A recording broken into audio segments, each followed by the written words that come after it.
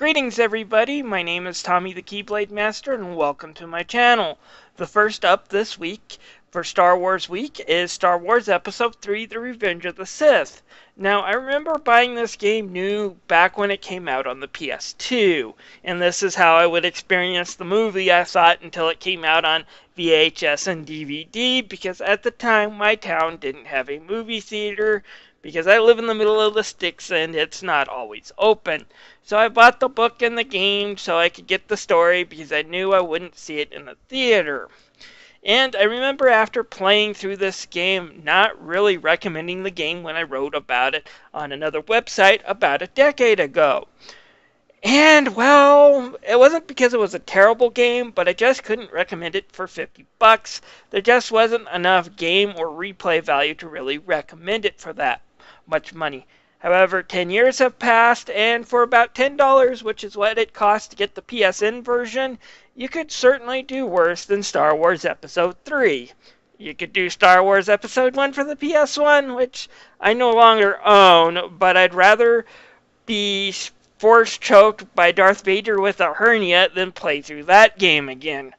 The only good thing I could say about Episode 1 was that you could kill Jar Jar Binks in that game, so it wasn't completely bad.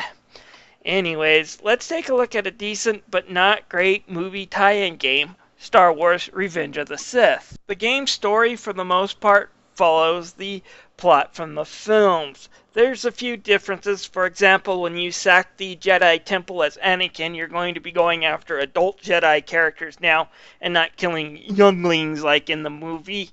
And then Padme's part is completely cut out of this version of the story, but that's kind of good because she doesn't service any of the action scenes anyways.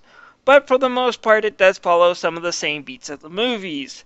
The Clone Wars are rampaging on, and Count Dooku has finally managed to kidnap Chancellor Palpatine, and Anakin Skywalker and Obi-Wan Kenobi are out to rescue him. After several stages on board Dooku's ship and successfully rescuing the Chancellor, the Jedi Council in their ultimate wisdom decides to separate Anakin and Obi-Wan Kenobi. They are going to send Obi-Wan off to kill General Grievous, a job any Jedi Master could probably do, and then give the conflicted young Jedi Anakin Skywalker the job to look after the Chancellor, who they think might be a Sith Lord who started the war and manipulated both sides. Jeez, I wonder what could go wrong with this plan.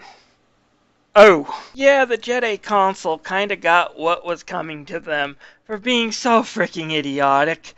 To quote the Star Wars parody Spaceballs, evil will always win because good is dumb.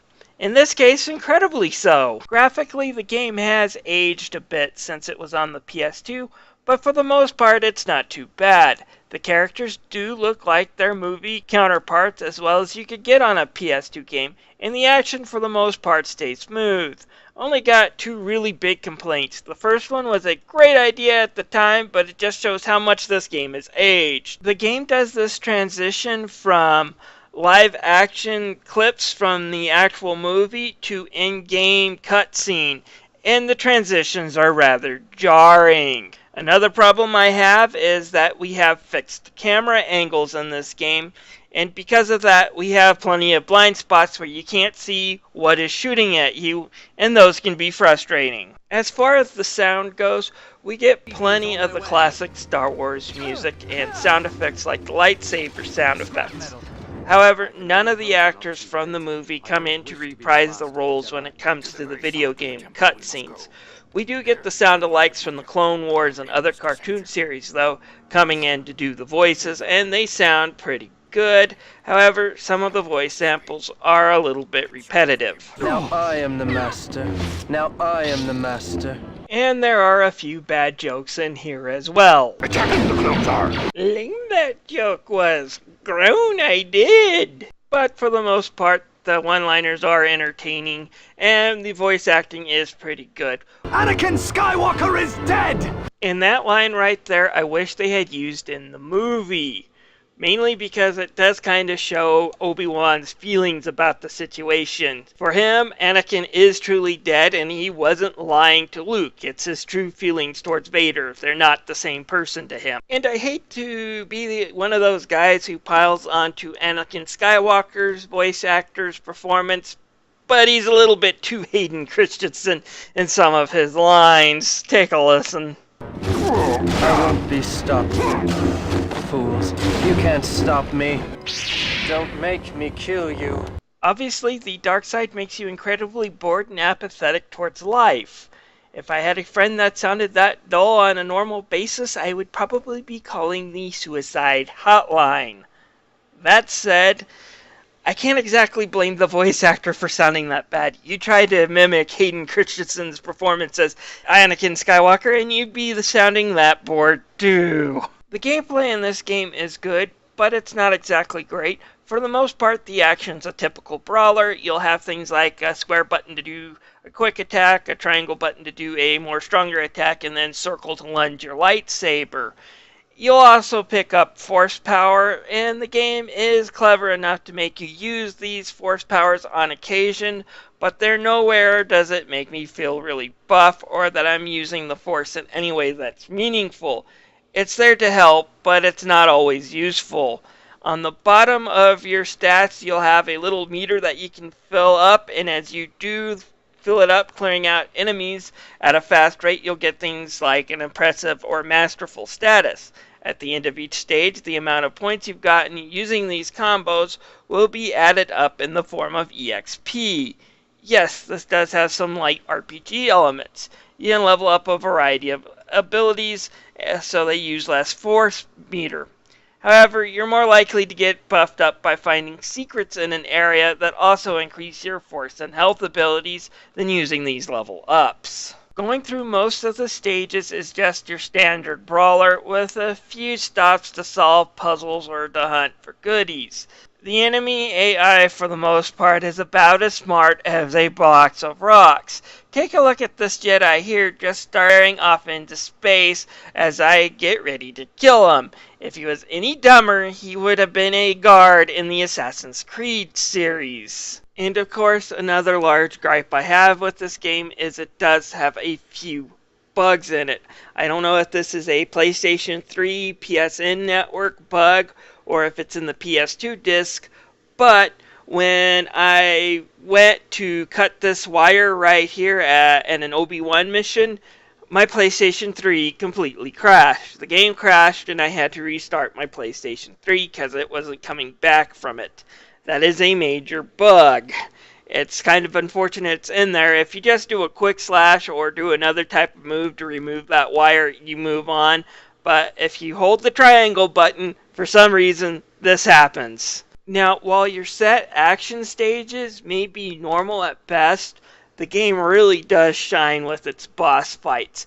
They're very clever, they're very challenging, and they're really fun. The bosses know how to block, counterattack. They oftentimes have all these moves that you'll have to memorize, ways to get around them. It's no means Soul Calibur, but it's still a pretty good, and it's very entertaining. In the set piece match, which is Anakin versus Obi-Wan, it's very, very entertaining.